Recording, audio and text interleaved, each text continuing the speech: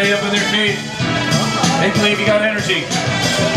Turn to your neighbor and say, I'm a champion. Turn to your neighbor and say, I'm born a champion. All right, give yourself a round of applause. Just checking for a pulse. Making sure we're awake here. Welcome everyone. I'm Dr. Yachter, if we haven't met. Thanks for everybody who came tonight, for making it here and giving us an opportunity to love on you. So, we've got a great program for you tonight. And how many of you guys want 2020 to be your healthiest year ever? All right, good. Got some nuts and bolts for you. Got a few things that we're going to dive and delve into.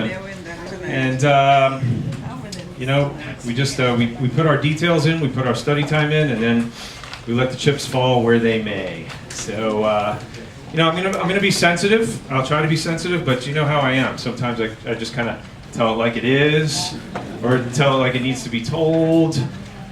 So we'll get through this one, and I believe it's going to be a blessing for all.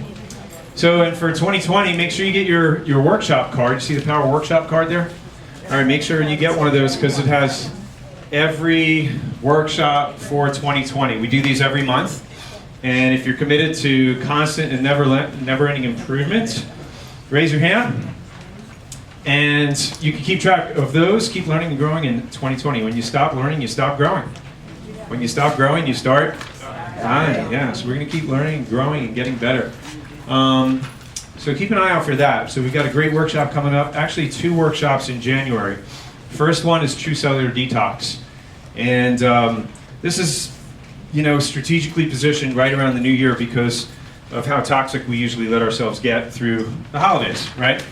Starting in Halloween and then into Thanksgiving, and we kind of give ourselves a little bit of flexibility and leeway with what we allow into our bodies, and you know, that combined with all the other things that go on through the year, our buckets kind of get filled up. And when the buckets get filled up and there's nowhere for it to go, it starts spilling over into symptoms that we start feeling. Brain fog, fatigue, depression, weight loss resistance. So this may be a good time for you to come and learn, see what you can do, not just to shake all that off from the holidays, but to jumpstart your year so you can really, you know, dive down at a deeper level. Learn some things that you probably have never learned before, and I'll take you through some things that will really be worth your time and make a huge difference in your health. So 'tis the season, you know, 'tis the season to be happy and jolly, and you know, we know who the reason is for the season, but unfortunately it's been vastly commercialized, right? Like I said, it starts in Halloween with all the sugar, and then going into Thanksgiving, and then Christmas and all the parties. We run ourselves down with worry, stress, sugar. You know, it runs our immune system down. And then we have commercials and people telling us to get flu shots to add insult to injury. And some people actually get the flu from the flu shots. And meanwhile, you know, we've just run our immune system into the ground. So it's the best of times, but it's also the worst of times for our health. And we have to kind of really start thinking on a different level. If you're going to think differently, you're going to make different decisions. If you make different decisions, you're going to get different results. How many of you guys want better results? Say aye. Aye. It doesn't happen by accident. If you keep thinking the same thing and doing the same thing, you get the same results. It's insane to think something else is going to happen, right or right? So we have to think differently. If you think differently, everything else will change downstream from there. What you see here are bacteria, right? Everybody say, ew. You can't do it like that, can you? So bacteria, viruses, how many of you guys like the thought of that? Not so much, right? But the reality is that they don't just jump down your throat and attack you when you least suspect it and make you sick. Bacteria and viruses live inside you all of the time. Didn't God make bacteria and viruses? Yeah. Don't they have a purpose? Yes. So what we have to realize is that germs don't cause disease. What did you say? Germs don't cause disease. The germ theory is not valid. If it was, there'd be nobody else alive to tell about it. So germs do have the opportunity to create a problem if they're given the opportunity. But if they're not given the opportunity, there's nothing that they can do. If they're in you right now, keeping things in balance, right? Keeping the hallways clean, keeping the tissues healthy, keeping everything in balance, then why is it when they do a tissue culture or a blood test or this or that, it can come up and say, okay, you have a staph infection, or you have a bacterial infection, or you have a viral infection, right?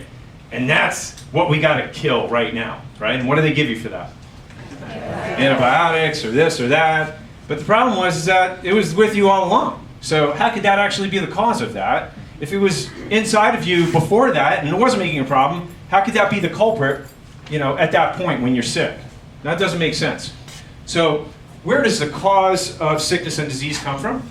It comes from the inside, not from the outside. It's not a bacteria or virus that jumps down your throat, or AIDS or cancer that jumps into your body and makes you sick. It's a condition. It's a condition in which your body is allowed to weaken, right? And therefore, there is now an opportunity for these vectors, these bacteria, these viruses, or cancer to have a party inside of your body and make a problem. So what is the reason? What is going to cause our immune system to get weaker and weaker through the holidays, or for any time for that matter? How about chemical stress? What happens when we have a lot of sugar? What does that do to our immune system? Make it stronger or weaker? Yeah. Sugar, toxins, overeating, right? When you eat a lot and your blood sugar goes up, guess what? You have hormonal changes. Things change in your body radically, and not for the better. Mental, what happens when you're short on sleep? How do you feel? I don't know about you guys, but a lot of times I'll get a headache. I don't feel good at all. I'm mentally sluggish. I need a minute or two just to kind of process, while my brain buffers, like your computer buffers. Anxiety, you worry about all these things, but when you're short on sleep, you may think that you're doing okay and you're processing okay, but what are you doing in your immune system? You're what? You're weakening it, yeah. And same thing with thermal stress. How many of you have ever been out in the cold without a jacket, or maybe you slept in a room that was too cold, you didn't have enough covers, and you wake up in the morning and your throat is scratchy? Ever happened to anybody? It's happened to me. Yeah, that's right. It happened to me too. So these are all factors which can weaken your constitution, your immune system, your resistance, and physical, subluxation. When you're not aware of it, if that's happening, if there are bones out of alignment in your spine's out of alignment, if there's pressure on the spinal cord or the nerves, your nervous system is what controls your immune system. Your nervous system controls your immune system. So if there's interference to your nervous system, what happens to your immune system? Yeah. So we have to consider all these factors. And if you've got this equation short-circuited and wired going in the wrong direction, guess what happens? You wind up where? Yeah. And then you wake up and you say, oh, I got the flu. I got the flu. Like, oh me, oh my, it was my unlucky day. I got the flu. Did you just get the flu like one day?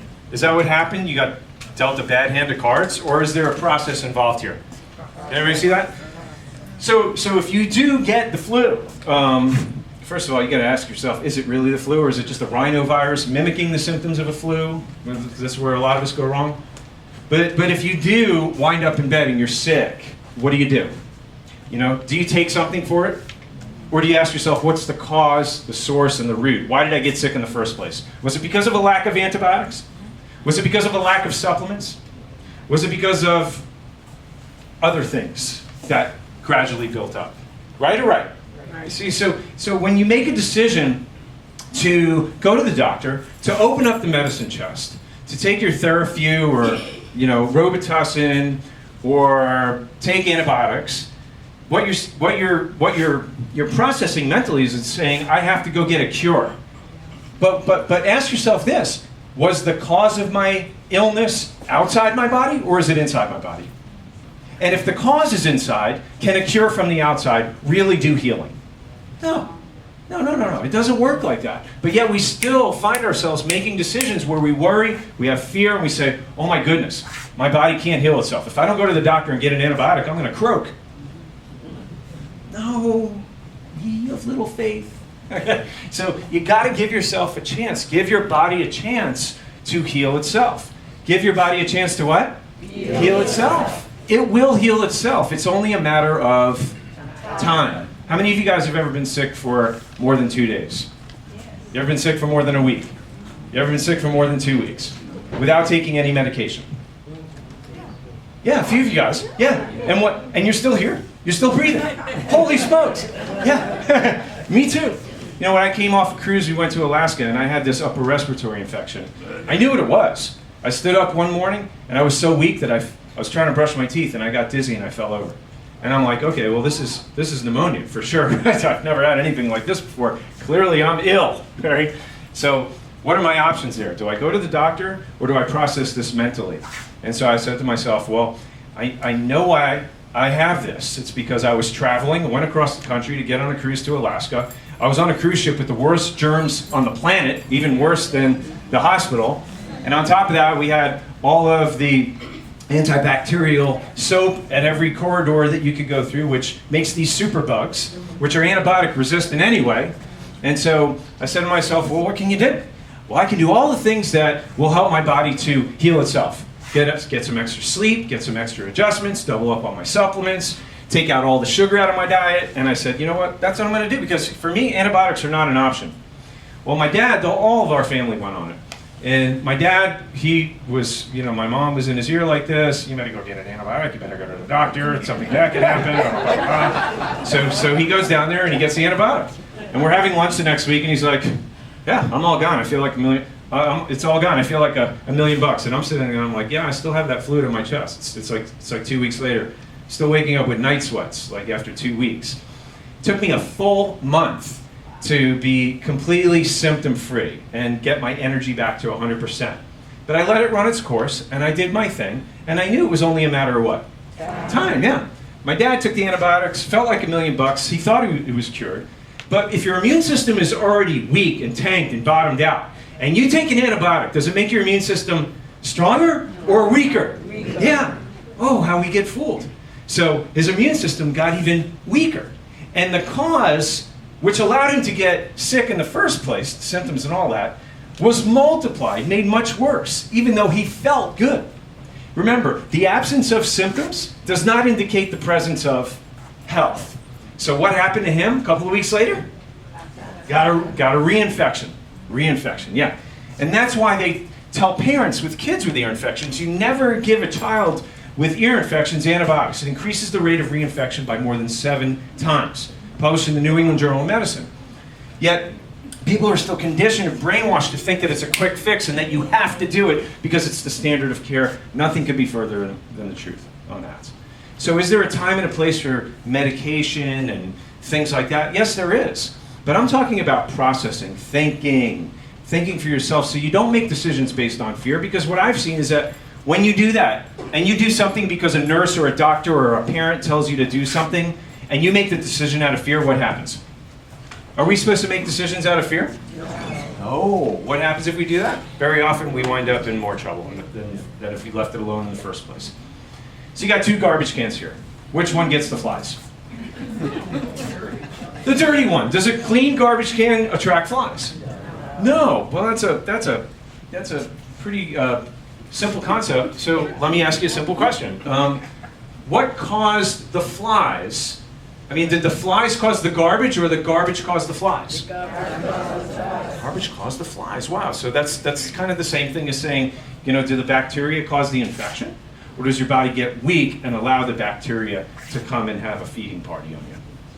Same kind of thing. So what's the solution for this? You leave the garbage there with all the flies and say, okay, well, we'll just kill the flies, the roaches, the ants, the maggots. Just get me some Raid or DDT. And we leave the garbage there. What's going to come back? The flies, yeah. Why? Because you didn't correct the cause. You didn't correct the cause, the source, and the roots. And what would that be? The analogy there, inside of your body, the analogy is clean up the garbage can. And correct the cause of why you got sick in the first place. The can of Raid is the analogy for the drugs that we take: Robitussin, Tylenol, fever-reducing medications, everything that we're doing to shut off the symptoms. You're chasing the wrong thing. You have to go to the cause, the source, and the roots. The symptoms are the cure. So I just said the absence of symptoms does not indicate the presence of health. But vice versa, we can say the presence of symptoms does not necessarily indicate the absence of health. Really, Dr. Yachter? What are you trying to say here? Does that mean that coughing, sniffling, sneezing, flu, fevers actually serve a purpose? Well, yes, it just so happens to be the truth. And you could look that up in medical sources and physiology textbooks Reference this online. You'll see that. At 102 degrees, bacteria die. At 103 degrees, viruses die. At 104 degrees, your body makes something called interferon, interleukin, which is a powerful immune system boosting product, element, something that your body actually makes, which Chiron Pharmaceutical Company synthetically manufactures so that they give that to people with AIDS and cancer in hospital. Did you know that? Yeah.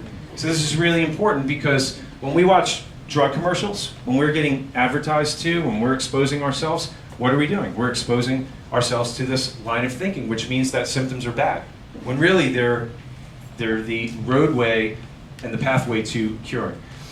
Johns Hopkins School of Medicine says sniffles, sneezes, and fever are what? They're good for you. They clear the airways of harmful irritants and allergy-causing substances. Fever is actually what? Fight bacteria and viruses. If fever's over 104 degrees, diseases are shortened by letting the fever run its course. Now, some of the more progressive medical doctors or pediatricians will call this fever therapy. But the reality is that this has been around for a long time. This is just how your body works. Your body's not stupid, it's what? Smart. It's smart. It knows what to do. It took two cells, a sperm and an egg, and those cells divided and multiplied until you came out 280 days later, this beautiful, perfect creation of God in His image. God doesn't make junk. You were born with an immune system. You weren't born with a lack of anything.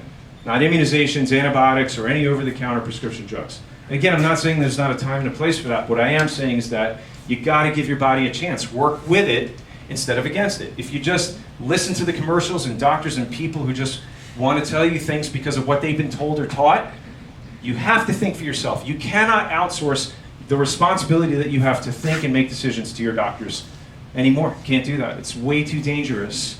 So look at these things and think about what we have been taught to do and ask yourself, does it make sense? Ask yourself, is there a better way? And what would your answer be? There has to be a better way. If you want to get sick less often, stay out of doctor's offices, off medication, out of hospitals, then it has to start with a different level of thinking. What did Einstein say? You cannot solve our present level of problems with the same level of thinking that created it. How many of you guys remember that? Yeah, so we have to think differently. So the flu, this is amazing. This is the FDA chief vaccine officer. He said that there is no evidence that any influenza vaccine thus far developed is effective in preventing or mitigating any attack of influenza. The producers of these vaccines know that. They are worthless, but they go on selling them anyway. Why do we see advertising for flu shots when they're completely 100% ineffective? They don't save lives. They're all guesswork. It's no better than a coin toss. The jury's out. Why are people so gullible and still go and line up for that? I have one Bible verse for you, and it sounds like, for lack of knowledge, people perish. Yeah. The majority of these illnesses that are characterized by fever, cough, aching muscles, it may be viral, but it's not the flu. Last time they did a database and they collected samples from all the doctor's office, they sent it to a world centralized intelligence base, and you know what they found? 86% of the time, it was not influenza. Rhinoviruses that actually mimic the flu and that make you feel the same way, and it's not the flu. So when somebody jumps up off the table and says to me, I haven't been in the last couple of weeks, I had the flu. You know what goes off in my mind? This. How do you know it was the flu? I know you felt poopy, but really, and to be 100% accurate, it probably wasn't the flu. Right?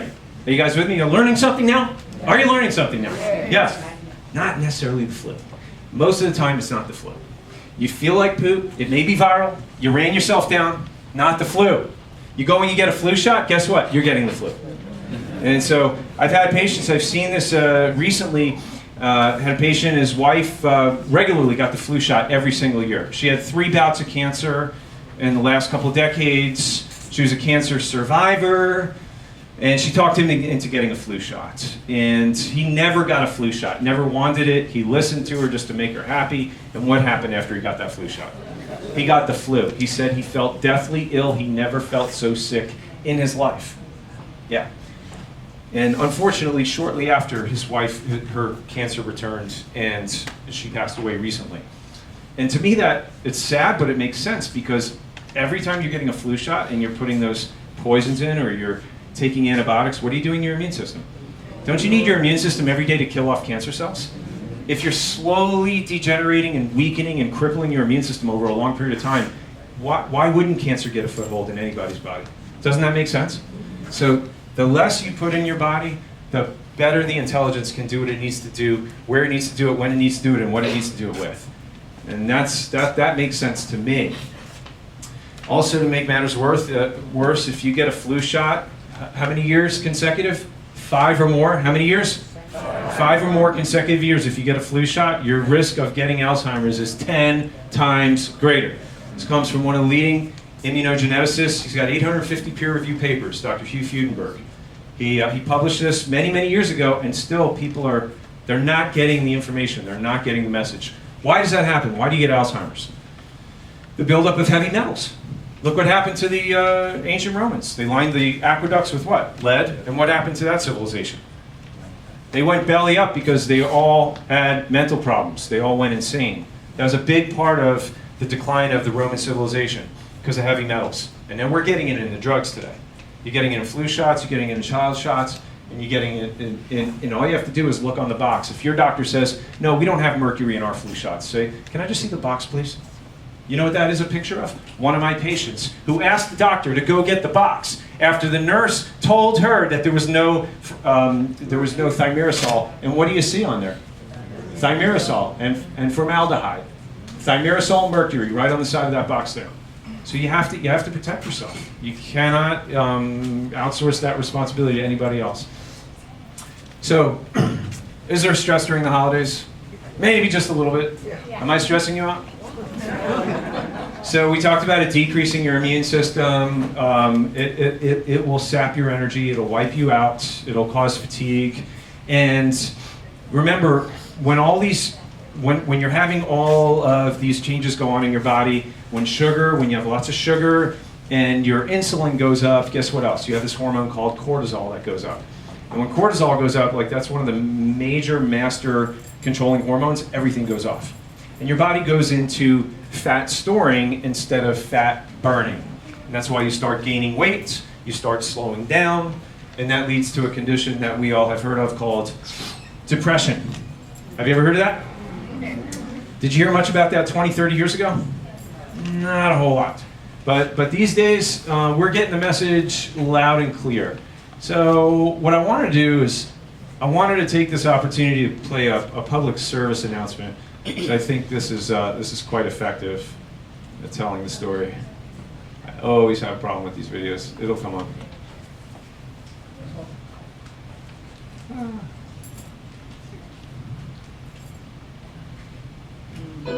Depression is a serious medical condition that can take so much out of you. I feel like I have to wind myself up just to get out of bed. Then, well, I have to keep winding myself up to deal with the sadness, the loss of interest, the trouble concentrating, lack of energy. Prestique is a prescription antidepressant. Talk to your doctor about Prestique and I'm sure he'll prescribe it. You need drugs to be happy. You're so high. Don't worry about getting any new hobbies or friends. You need a prescription antidepressant. Don't worry about your diet or exercise. You just need to be happy with the pill. Don't worry about a thing. We have drugs for your kids too. Yay! ADD, ADHD, whatever. We have pills for the side effects too. Remixed by Mark Dutt. How about that? It's funny, but it's really not because 20, 30 years ago we never saw these commercials. We never heard of people being on antidepressants, and there's way too many people taking this stuff as a quick fix and jumping to that. It's nearly 1 in 4 women ages 40 to 59 are taking antidepressants. 1 out of 4 guys. That's 25% of our population. 11% of Americans ages 12 and older on antidepressants. I hear a lot of college students going on them. When they get homesick, they go to the school counselor, and that's what they turn them on to. Very, very common. I read a report in USA Today that about 50% of, I think it's mostly the female population on campuses, are on an antidepressant at one time, usually in their freshman year. Very, very concerning. 400% increase in the last 20 years. What percent? 400%. So is there an epidemic of something called depression?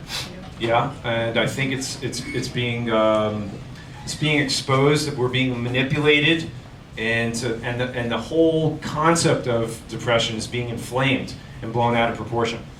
So I want to shed some light on this, because what are we being taught to look for as far as the cure? When we see commercials like that, or we listen to doctors, what are we being taught? Where are we looking? Where are we to put our faith or our trust or our focus?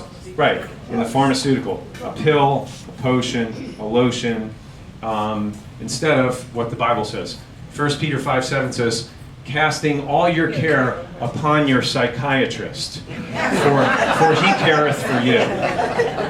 Cast all your care on your psychologist, because he cares for you. That's what they're teaching us. No, that's not what God's word says. It's cast all your care upon who? Upon him. We have problems. Raise your hand if you have problems. Raise your hand if you have challenges. We do. We don't take them to somebody who's going to offer us a prescription and pharmakia.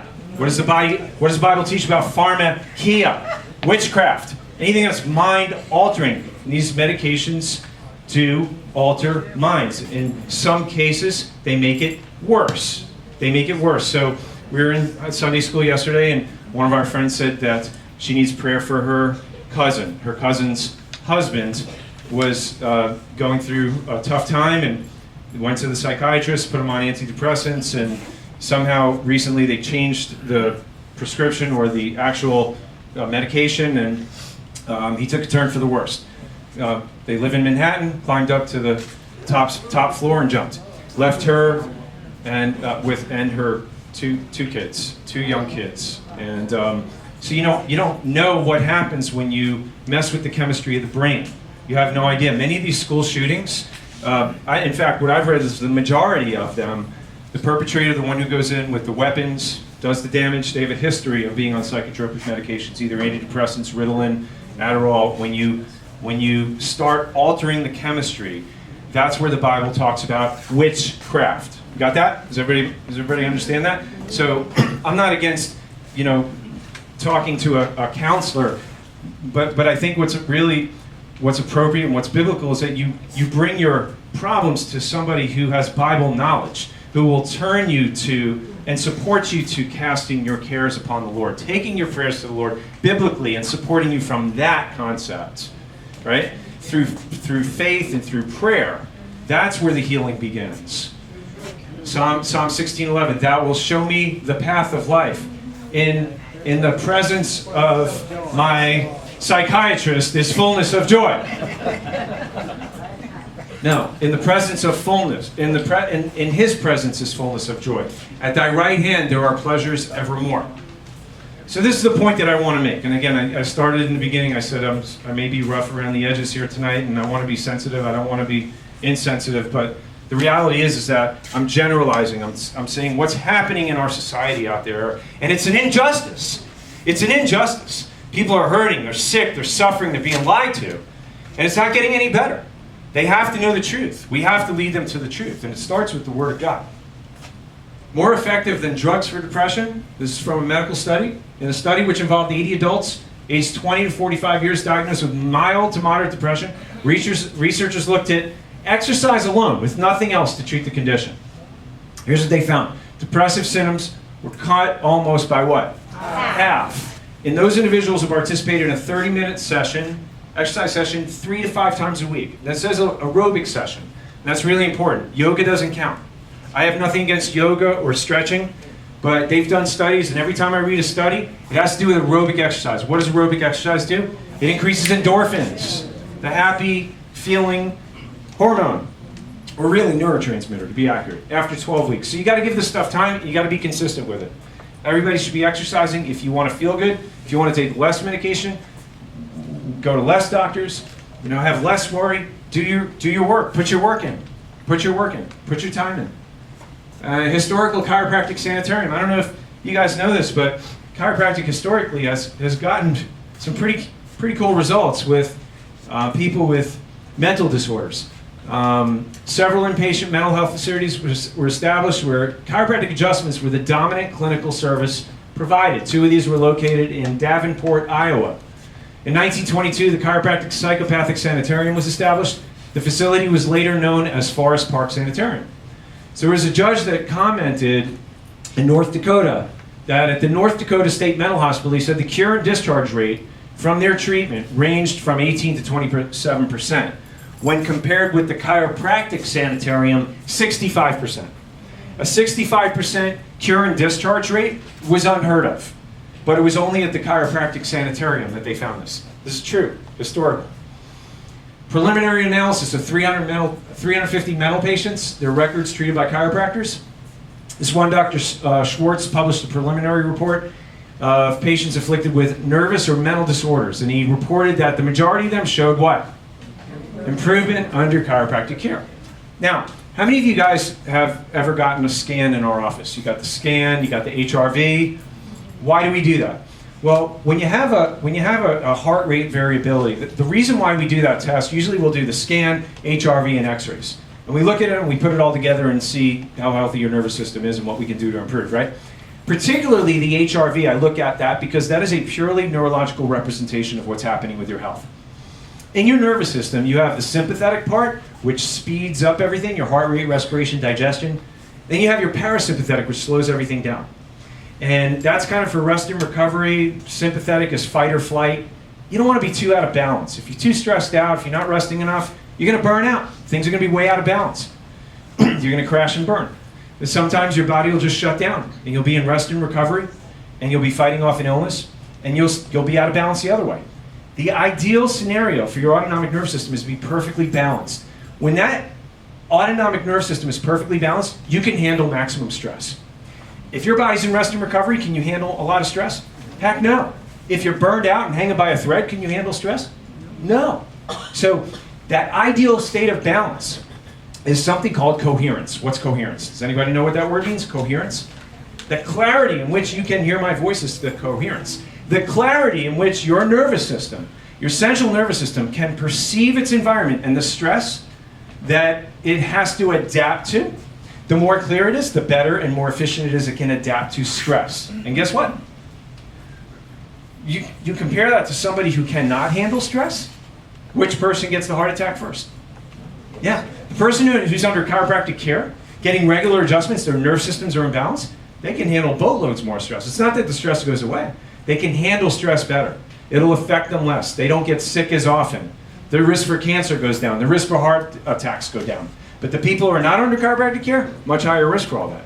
How many of you guys have been under care here for, let's say, 2, 3, 5 years, and you've noticed a decrease in the frequency of colds, flu, sickness? Raise your hand if you've been here 10 years, 15 years, you've noticed a decrease in how often you get sick, colds, flus. For some of you guys, your back pain is long gone. You don't get adjusted because your back hurts anymore. You're getting adjusted because you've seen the results of what chiropractic care can do to keep you well, to keep you out of doctor's offices, reduce medications. That's what that heart rate variability tells us, which direction you're moving in, for better or worse. Does that make sense? Yeah. And these are the results that we're seeing back in the 1920s and the 1940s. So I'm doing the same thing. I don't water it down. We just work with the one master system that controls everything when it comes to health and healing. Isn't that awesome? I'm excited about that.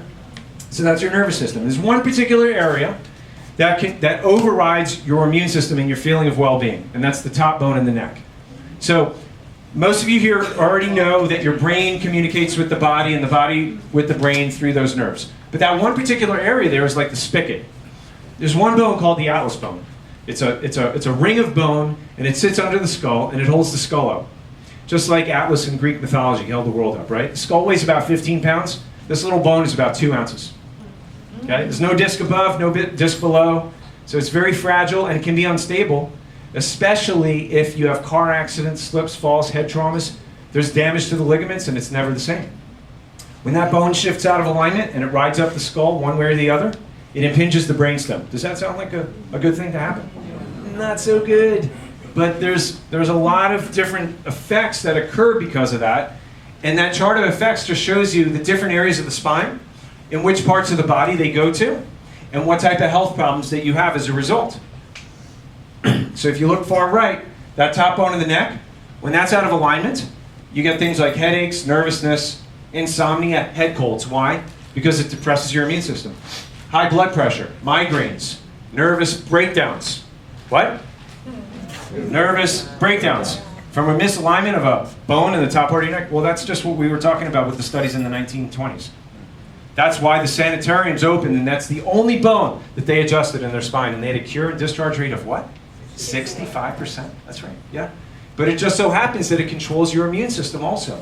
Your sleep, chronic tiredness, dizziness, insomnia. One little area, so many different profound health effects. Can everybody see how that works? So what a subluxation is when there's a minor misalignment. A what? Minor misalignment. When there's literally millimeters of pressure on those nerves or the brainstem, and it interferes with the way the brain controls that body. And that's where you have health problems. The problem with subluxation is most of those nerves are not pain sensitive. It's kind of like tooth decay in the beginning. Do you feel it? Once it's there long enough, then you're going to feel it. So the time to get that checked and corrected is not after you have problems, it's what? It's before. That's the ideal. But I just wanted to show that to you. So I'm going to give you 5 tips here on how to stay healthy through the holidays. Number 1 is get what? Get your flu adjustment. Get your what? That's right. Not a flu shot, get a flu adjustment. What's a flu adjustment? Well, all right, so most of you guys are on some kind of regular schedule anyway, but if you do get sick, cough, sniffle, sneeze, flu, I want you to remember this. I want you to remember this. Research on HIV-positive patients, AIDS patients, they revealed that those who receive chiropractic care showed a 48% increase in the CD4 immune system white blood cell count. This was from a study that they did on patients with AIDS, and then they had a control group of people who got sham adjustments. And the AIDS patients, some of them got real adjustments, and the AIDS patients, some of them got sham adjustments. And the ones who got the real adjustments, their immune system had a bump of almost 50%. Did you get that?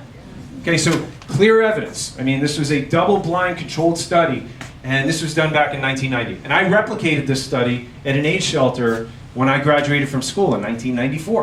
1993, I graduated. In 94, I went down and I donated my time, and I saw the same results. Many of my patients were able to reduce or get off their medication. So I know the power of the chiropractic adjustment on the immune system. Is this something that'll keep you healthy through the holidays? Heck yeah. So what's the next time next time you get a cough, sniffle, sneeze, flu, do you run off to the doctor and ask them to help you? If you don't want an antibiotic, if you don't want to take drugs, if you want to do something different, what's a good alternative?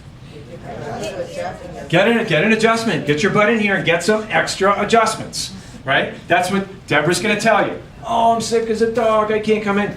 Good. That's the best time to get adjusted. What are you, out of your mind? I'm going to get everybody sick. I'm contagious.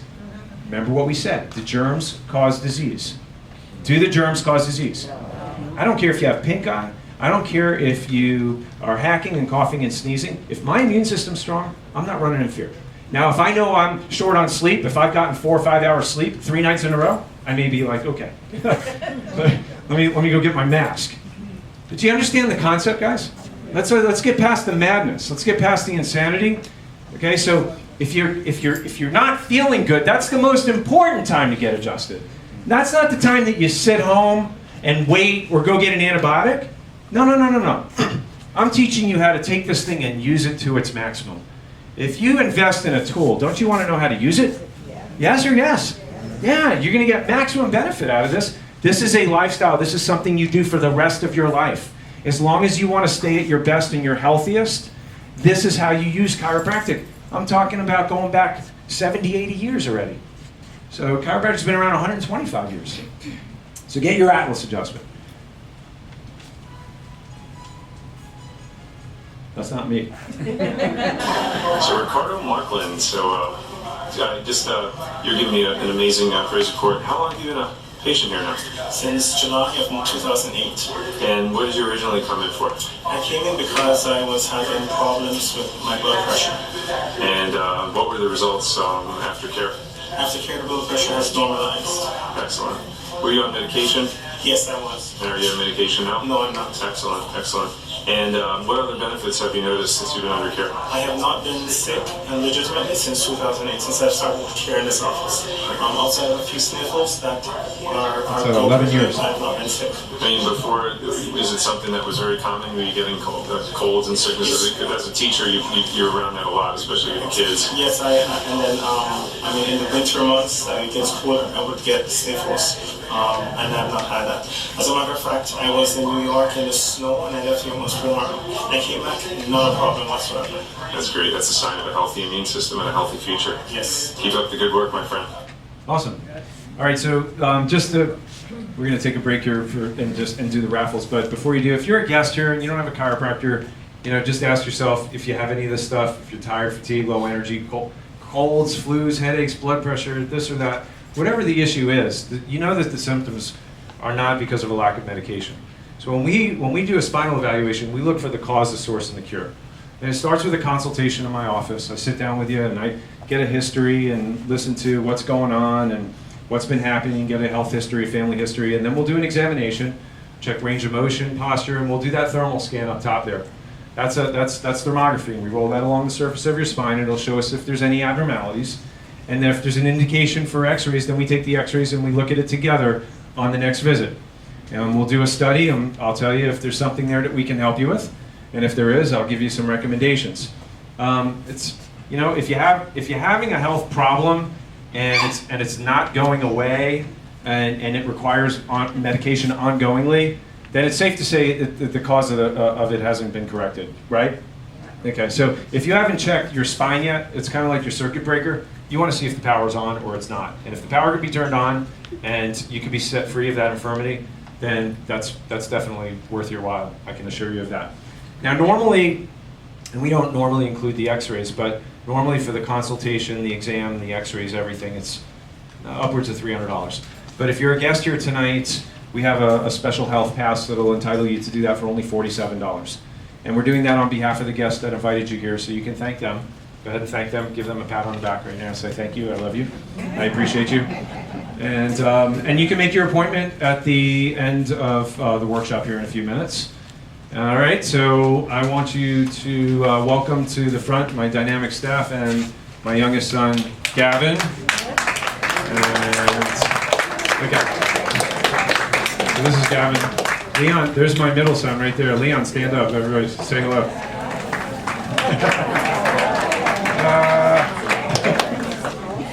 He didn't think I was going to embarrass him. Okay, so we have everybody's going home with something today, and we'll start with the big raffle, right? And so I'll tell you what, I will first show everybody what we're doing. We're going to be raffling off the grand prize in just a minute, which is a Galaxy Tab, and the other prize, which is the runner-up prize. Is that what that is? Yeah. $100 gift card to Whole Foods. Anybody in the house could use one of those? Okay. All right. So the first ticket is going to be for the Whole Foods gift card. Go ahead and close your eyes. Pick one ticket. Okay. And so you got to read. Go ahead and read the number slowly. Go ahead. 2, 1, 5, 2, 7, 5. Woohoo! All right. Very nice. This not you? Oh my gosh. I fell for that. Are you kidding me? 21527. Is that you? Okay, good. Congratulations. All right. Give him a round of applause there. That's nice. Very nice. All right. Okay, so now for the big one.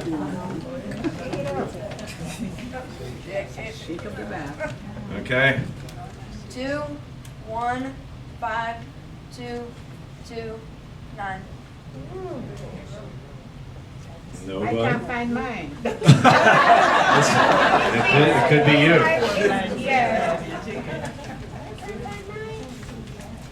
right. We're gonna have to go again. There, put that up there. Huh? Do you have it? Is that yours?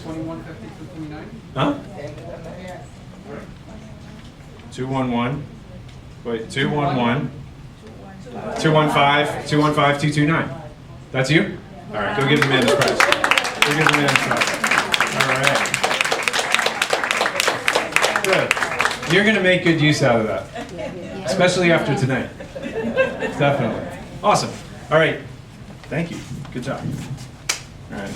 And you guys know Tamara, Victoria, and Deborah, and I want them to know how much I love and appreciate them, and I want you guys to give them a big round of applause.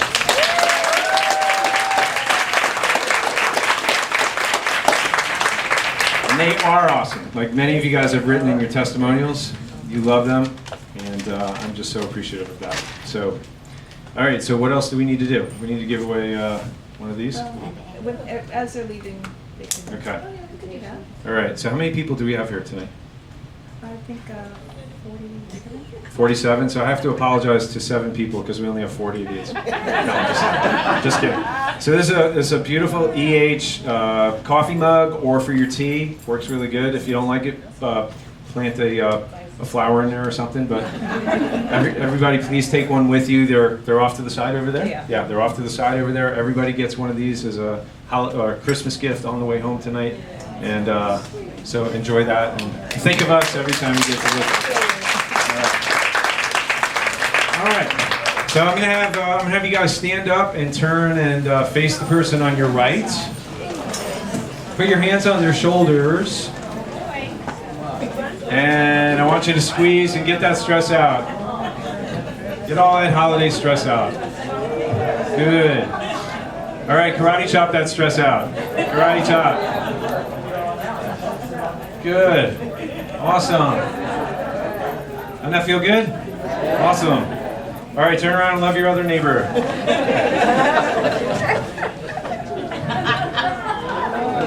Oh, that's good. All right, karate chop.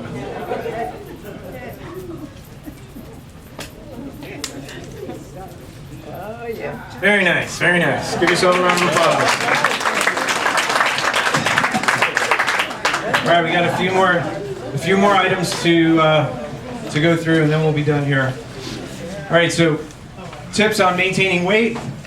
Just a few little tricks, and these are Jedi mind tricks, but they actually do work. So most people put on a good few pounds over the holidays, but you can prevent it, and this does work. I've used it. I know lots of people who use this. When you sit down, make sure that your veggies, or your salads, your proteins. That's the first part. Load up on the greens first. You want to fill up first before you start downing the potatoes, the pasta, the rice, and the bread. Why? Because that's the most filling part. That's what's going to cause the fat storage. That's what's going to cause the expansion. So you want to have as little of that as possible. Many of you asked me if I was going to go off my diet for Thanksgiving. And my answer was, heck yeah. Yeah. I'm not holding back. And this was a couple of weeks ago. And it turns out that my wife made a wonderful meal. She made a brisket. First time I had red meat in 2 months, it tasted really good. And hardly anybody had the turkey. And we had green beans, string beans. We had a little bit of sweet potato and Brussels sprouts. So there was a lot of veggies, but not really a whole lot of no refined carbohydrates. Maybe some complex carbs in terms of the sweet potatoes, right? So what did we fill up mostly on? Mostly the veggies. Yeah, there was a salad. We had mostly veggies and meat, and hardly at all. So did I have a cannoli? Heck yeah, I had the cannoli. I had some apple pie. But what did I not have? I didn't have bread, rice, potatoes. Like the year before, I had all that stuff. And my gosh, by the end of the weekend, I put on 4 pounds. Like literally in 3 days, I put on 4 pounds, and I couldn't exercise it off fast enough. What happened this time? Nothing. Scale didn't go up at all. And I enjoyed my cannoli, and I enjoyed my apple pie, and nothing really happened. Why? because I left out the potatoes, the pasta, the rice, and the bread. So believe me when I tell you, this actually does work, and it's not just for Thanksgiving. If you got holiday parties coming up, keep this in mind. Eat before you go to the holiday party. If you have some of that Mediclear or any of the shakes that we have, you'll find it very filling. And a lot of times I'll do this, just have a shake before if we go out for dinner, and if I don't want to eat a lot, that's it right there. I mean, I don't eat a lot. You could really help to offset the damage that you do if you're going to go to a holiday party. Lastly, bring your own dishes. So this is a great idea if you want to just be a blessing and help out, but then you have an ulterior motive to feed yourself and not eat the fattening bad food that they have. So just keep that in your back pocket, no extra charge. Maintaining your regular sleep schedule. We talked about sleep. How important is it? How much sleep do you actually need? What do studies show? 7 to 8 hours. I think as the older we get, maybe the less sleep we actually need. But consistently, I keep reading every year. Most studies show somewhere between 7 and 8 hours is ideal. And people will go less than that. They can go for a little while, but you increase your risk of Alzheimer's, increase your risk of cancer and neurodegenerative diseases. So ideally, you want to have your room dark, cold, 72 degrees, no lights. So you want to make sure that you do that. So the third tip is not less exercise during the holidays. It's what? More exercise. This is the time to strengthen your immune system, not let it go to pot. This is the time where you make time to exercise and not hope or wish or pray that it happens and put it last. You want to put it first. That's why I exercise in the morning, because I want to give my first fruits to the Lord.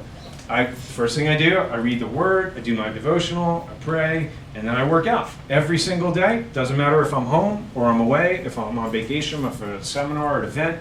I have the same thing every single day, 7 days a week, even on Sunday. Even if I'm not doing aerobics or lifting weights, I'll go for a brisk walk. I don't start my day without oxygenating and clearing my brain and getting quiet. And that's a really, really important thing. So just put your exercise in there with it. Brisk walk, jog, bike, swim, it doesn't matter. But I say 30 minutes every day. And you've seen studies that say 3 times a week, and that's okay. But if you're one of those folks who, you're going to have a conversation with me, I really want to get off my blood pressure or reduce my diabetes medication or reduce my cholesterol. I really want to take less of that. This is the first conversation we're going to have. How many days a week are you exercising? Because if you're somebody who's doing it every day, I can guarantee you that 50% of it is already a done deal. I can guarantee you that. But the question is, do we have the discipline? And my answer is yes. There's nobody here who's better than anybody else. There's nobody here who can't do what I do. It's just a habit you develop. And good habits are just as hard to break as bad ones. If you do something for 4 weeks, it becomes a habit, and then it's really uncomfortable to not do it after that. Wouldn't you agree? I mean, doesn't that make sense? So you just have to get committed to it, draw a line in the sand, and do it. Do it every morning, and you know what? If you have a big meal and you blow it, if you really blow it, and your pants are tight, and you gotta loosen the belt 1 notch, you can do something about that. Go and do a brisk walk. Go and do a brisk walk. What is that going to do? Promote energy, health. It's going to prime your metabolism, and it's going to prime the fat burning pump also. And it also strengthens your immune system. So you have this under your control. You have all these tools in your tool belt, so to speak, right? And exercise is just such an easy one. It's a habit, and when you have it, it always works for you in so many different ways. 4th tip is maintain your joy. Maintain your what? Joy. Yep. 2 most important days in your life. Anybody know what they are? The day you were born, and you know what the second one is? The day you find out why. The day you find out why. Why were you born? Why did God create you? Why did God create you? For your purpose or His? Yeah. So we all have a purpose. The question is, are you aware of that? And do you pray and meditate on that on a daily basis? You have to have a compass. Where is your true north? Because if you don't, you're like a tumbleweed, and that's where we get in trouble in life. So this little model is something that I've taught every single year consistently, and it comes back to an acronym that I heard from my pastor many years ago. It's called the joy model. Jesus, others, and you. And who comes last? You. You put everybody else, or you put Jesus first, others after. And he made this analogy like leaving the parking lot. You know, like, are you going to back out of the space and then jump at, you're leaving the church parking lot. Do you ever do that? And somebody like cuts you off or takes your spot? And so, and you know, when you manage a congregation, you got to kind of talk people off the ledge. So he's like, okay, so here's the joy model, okay? Jesus first, others, let them have the spot, okay? And then you go last. So I took that, and that's what we have here. And so you're always looking toward your purpose. You start your day with his purpose, right? Proverbs 3:5-6 says, trust in the Lord with all thine heart, and lean not unto thine own understanding. Don't think that what you think is a good idea. Don't go and do what you think is the right thing to do before you pray on something. Because Lord knows I found myself in a mess of trouble getting out in front of God's will. And that's the last place that I want to be. I shudder to think what could happen in my life without me being directed by the Lord with what he has planned for me instead of what I want and my goals. So we're going to come back to that. But obviously you know the rest of it. In all thy ways acknowledge him, and he shall direct thy path. So you're going to acknowledge him when you wake up in the morning. How do you do that? You know, do you just get going? Do you just make breakfast, get dressed, zip out the door? Or you could be heading out into a world of trouble. Yeah. And that's where we get caught up in this, playing the blame game. Because where it says you, if you're focused on the Lord, if you're focused on serving him and what he has planned for you today, you're going to seek to be inner directed. You're going to seek to be spirit filled and spirit led. And only you can control those thoughts. Only you can control how you feel and your habits and your actions. That's the only thing that you have control of. The movie, Leon, what was that movie we saw about the football player who was wrongly imprisoned and made it into the NFL? Brian Banks. Anybody see that movie? Brian Banks. Right. Go see that movie. It's on. Where do we see it on? Vudu? Yeah, you can download it now. Brian Banks. Go see the movie. Great movie. Morgan Freeman was wrongly imprisoned. This guy. He had an NFL career waiting for him. Pete Carroll from the Seahawks called him for a tryout, and he got wrongly imprisoned for something he didn't do.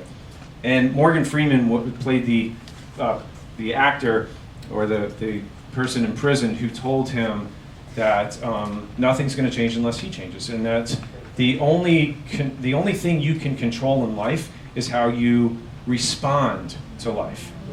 And it was a really good movie. He never gave up, and he finally made it into the NFL 11 years after he was imprisoned. So it was a pretty cool movie. But basically, that's it. When we look at others right there, words, other people's words, thoughts, actions, emotions, can you control that? No. You can try to make people happy, but you don't know what's going on in their mind.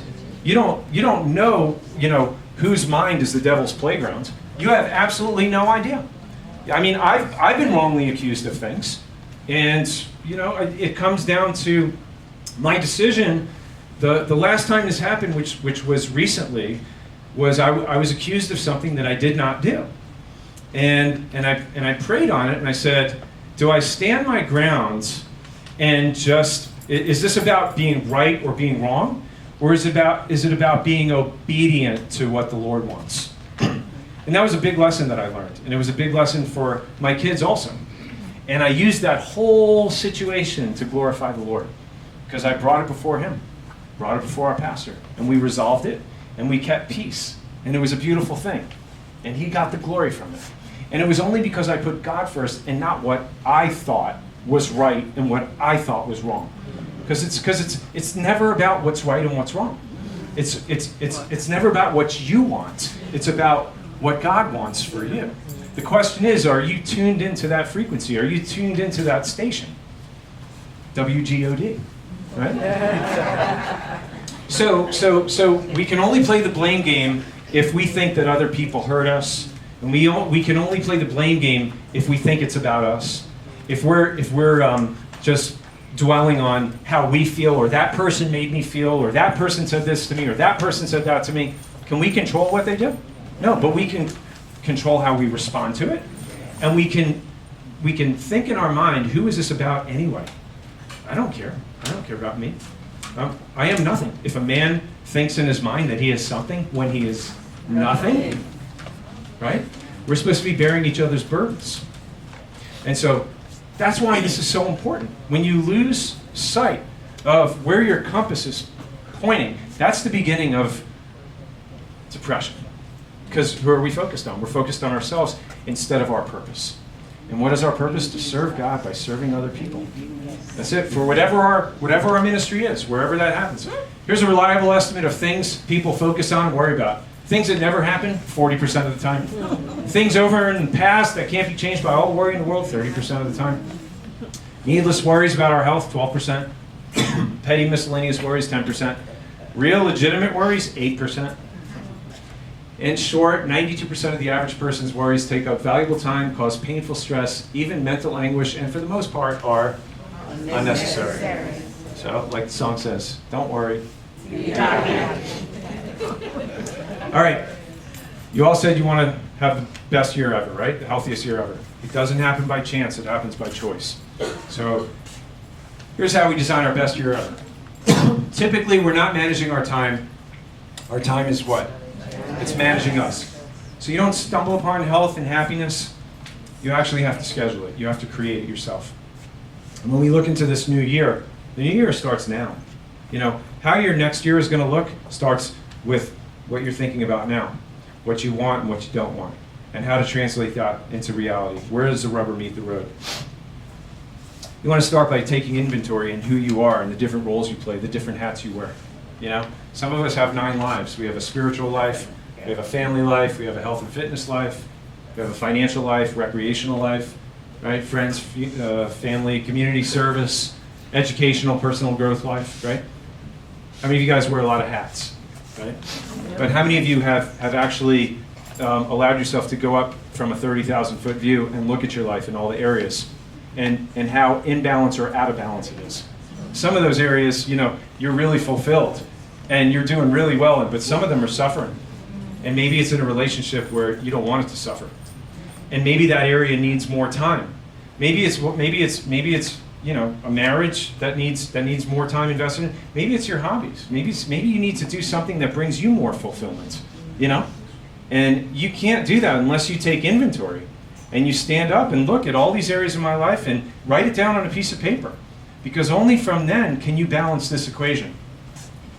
So this is just an example. I'll kind of open the book into my life so that you guys can see as an example. In the top left corner, it shows you all my roles. I have a spiritual life. So in the church I serve, I'm a deacon, I'm a greeter at the front door. You know, we go to church Sunday morning, Sunday night. We'll go for the youth ministries. We go Wednesday nights. I made a decision back in 2011 to close Wednesday afternoons so I could be there with my family. We go out for dinner and then we have church on Wednesday nights. And you know, we lost a lot of business, but God still blessed us regardless. And I don't regret that. I'm a husband, and one of the most important things that we do, my wife and I, is take a date night. The wise man told me a long time ago, when mommy's not happy, nobody's happy. So we've made an appointment. I'll be honest with you, it hasn't been as consistent lately because of some of the things that we've been dealing with my wife's mom and all just lately. But normally on Friday nights, my wife and I will have a date night.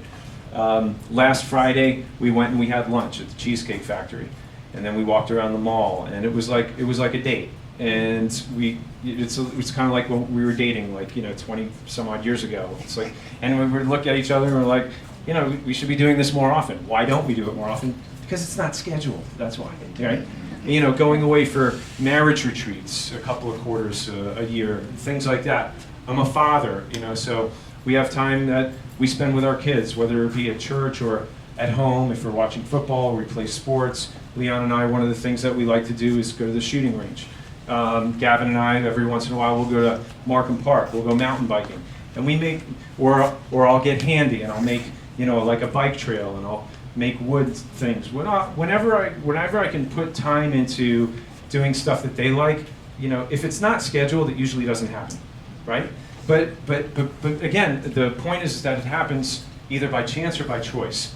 I'm a son, and that means my parents are still alive, and I want to spend as much time with them as I possibly can. They're a little bit shy of 80 years old, and I don't know how long they're going to live. Maybe 85, 90 years. I don't know how 95. I have no idea, but I know what happens at this stage of life and usually how things go. And I want to make sure that we're pretty consistent. Every Wednesday, my dad comes up for lunch. He has lunch with me. He drives up from Miami.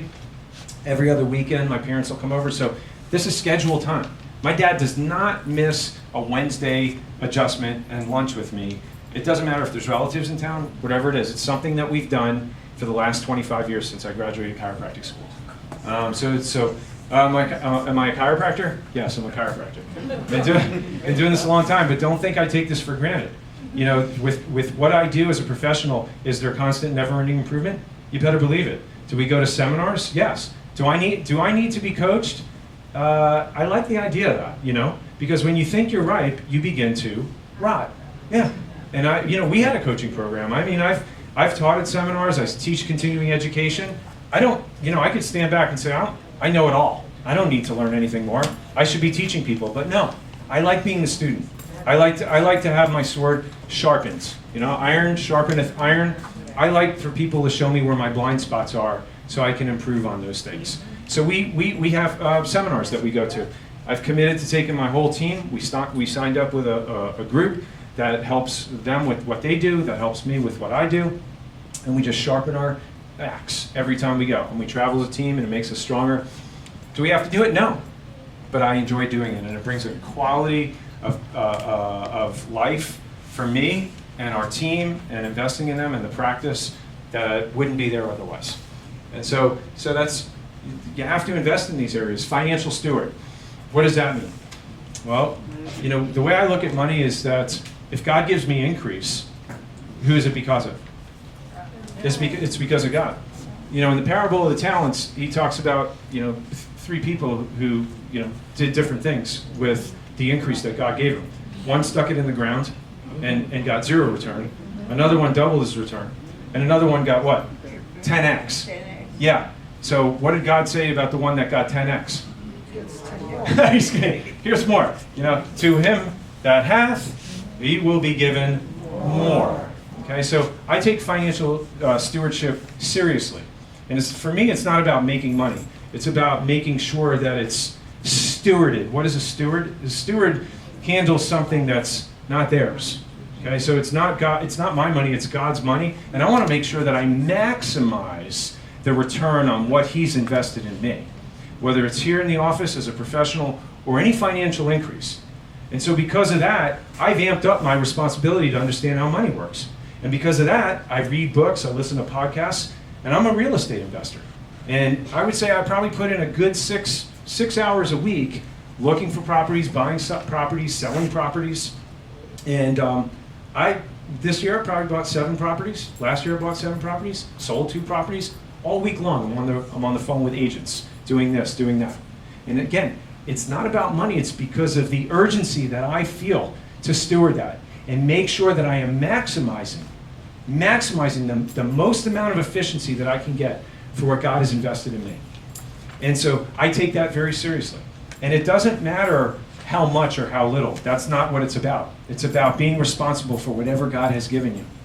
Does that make sense? Yeah. I'm being honest with you. I was debating about whether or not I would share that with you. But that's important to me. It's important to me. I wouldn't do that if I didn't enjoy doing it. And I get fulfillment out of that because I feel complete. I feel whole. I feel like this is part of God's work. No different than being a deacon in the church. I take that very seriously. And my wife is right by my side with me. She's right by my side. And we do this together. And it's just an extension of who I am. Hobbies. I'm a driving instructor. All right. So when I'm not here, so all these guys that are in middle-age crisis who want to take their high-performance vehicle on a racetrack that you see, whether it be Watkins Glen or VIR or Sebring or all these racetracks, that's where you'll find me every month. And so I've made that part of my hobby. I take my family, we camp out. It's family time, but it's also time for me to enjoy what I do. And I have a car. I'll race it on the track. I'll show these guys how to do it and bring their car back in one piece. And I enjoy doing it. I enjoy coaching, I enjoy mentoring, and I enjoy seeing people improve from that aspect as well. Not just chiropractic, it works the same way in different circles. Can you see how that works? And I get fulfillment out of that. It makes me happy. And if I didn't do that, there'd be a longing, there'd be an empty space there. So guess what I do? I schedule it. All my track events for 2020, they're already dialed in. Already dialed in every single month. You see Sebring right there in green? The 14th, I'm going away this weekend, and then again 3 weeks after. And then the whole year is planned out like that. I have my seminars planned out. I have my vacations planned out. So this is what I'm trying to say, guys. Whatever brings you happiness, fulfillment, as long as you know that these are things that you've prayed on, and you have God's blessing and His direction and leadership on, then go for it. Put it in there. And so get it dialed in. I mean, these are important things to me. I can't tell you, the stuff that I've gotten into, like on a Friday, you'll catch me changing my brakes. What's a doctor doing changing his brakes? Guess what? I like doing it. Okay, I like bleeding brakes. I like changing brake pads. I like changing rotors. I like servicing my car. I like building things out of wood and beds and stuff like that. It's a creative outlet for me, and you know what? It's a hobby. So what I'm trying to tell you guys is that that's what I like. The question is, what do you like? Have you given this thought? And are you spending time? Are you creating time for those things that bring you fulfillment and joy? And balancing it all out, because some areas are good and some areas are probably deficient. And the purpose of this discussion is to show you that you can balance a lot of these things out. It's never going to be 100% perfect, but you can balance it out if you give it focus, if you give it attention. Make sense? You with me? Okay. Health and fitness, I tell you, those are just rituals that are in there every single day. So how do I do that? Okay, it's one thing to write it down, but I have a checklist every single day. And on Sunday, I'll look at my calendar and I'll see what I've got coming up this week, and then I'll just make notes in the Google Tasks as far as what tasks I have to check off to make sure I don't forget anything. And that task list syncs on my phone and it syncs with my Google Calendar. So this is one thing that if you don't have a checklist like on your iPhone or your Google phone, it'll actually keep a list of your things to do that if you sit at your desk, how many of you guys have a desk job where you sit? It'll pop up on your desk. Exactly what's on your phone will pop up on your desk. And then you can manage all these little things that you know you need to do, but again, you're just hoping that you remember. No, there's no hoping with this. If you've got a plan and you want to execute it, then you got to learn how to manage it, okay? Because your life is that important. And your business, if your business is being about the Lord's business, then this is serious business, right? And it demands our discipline, because discipline is freedom. We know that. Okay, so was that helpful? I haven't done that in a long time, and again, I wanted to give you guys a different viewpoint and help you kind of take inventory of all this and see what you can do to make this next year an awesome year. That's why we're here. That's why we're here. So just if you guys need supplements, I'm always getting questions on what supplements should I take, this, that. I'll give you some recommendations here to help you through the holiday season. The shake that you just had, whether it's Metaclear or the Ultraplex Complete Clean, has a complete multivitamin spectrum on it, and it's also got antioxidants, it's got turmeric, it's got N-acetylcysteine, which helps to boost your immune system, detoxify. So it's got protein in it, so it's a great way to start your day. You don't have to have breakfast if you have this. Maybe just some fruit with it. So shakes are that's the breakfast of champions for sure. I have one of those every day after I work out. Vitamin D, super important for your immune system. You should be taking at least 5,000 international units a day. What studies show now, it can literally prevent 75-80% of all cancers that they're showing now. So a lot of research coming to the forefront, how we've been deficient in this. A lot of times I'll see your blood tests. Most people are deficient in vitamin D.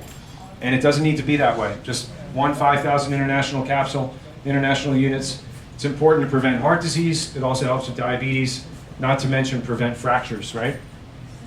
Ultraplex Calm. There are botanicals and ingredients in this which helps to relax your mind and relax the muscles. This also actually helps you to recover from your workouts faster. but it helps really from a relaxation standpoint. That's why they call it Ultraplex Calm. So we want to be calm for the holidays. Ultraplex Immune Boost. So this is really nicely packaged. I started taking this when I travel because it comes in one of those foil things where you just pop out the capsules, and it's pretty cool. But whenever I fly, my immune system always takes a beating. Does anybody else have that problem? Yeah. Always. And Deborah made a terrific suggestion. She's like, we have this over here. Why don't you try it? I'm like, sold. So I tried it, and guess what? I didn't get sick the last time I flew. Yes. Doc, when you fly, you have 70% less oxygen than you do when you're on the ground. Yeah, that's part of it too. Good point. Thank you. Yeah. So as far as boosting your immune system, again, during the holidays when you have more stress, more sugar for all the reasons that we talked about, this is a perfect supplement that'll hit the bullseye for you with that. So with all those, the shake, the workshops are the only time where we give significant discounts because we know that everybody wants to make application with what you've learned tonight. So it's 15% off whatever we have there on the shelf. Obviously the supplies are limited, but see them if you have any questions, then you can take advantage of that. If you're a guest, as we talked about before, and you'd like a consultation with me to have your spine and your nerve system checked, see Deborah over there, and she can make that appointment for you. And what else? So the summary, what did we talk about? Get plenty of sleep, eat smarter, supplementation, exercise, practice what? Gratitude, regular carbohydrate care. All right, so those are the essentials, and you have your action steps now. All right, so without application, there is hallucination. Nobody wants to hallucinate, right? So let's make application. Thank you guys so much for coming tonight. Merry Christmas, everyone. Love and appreciate you. God bless.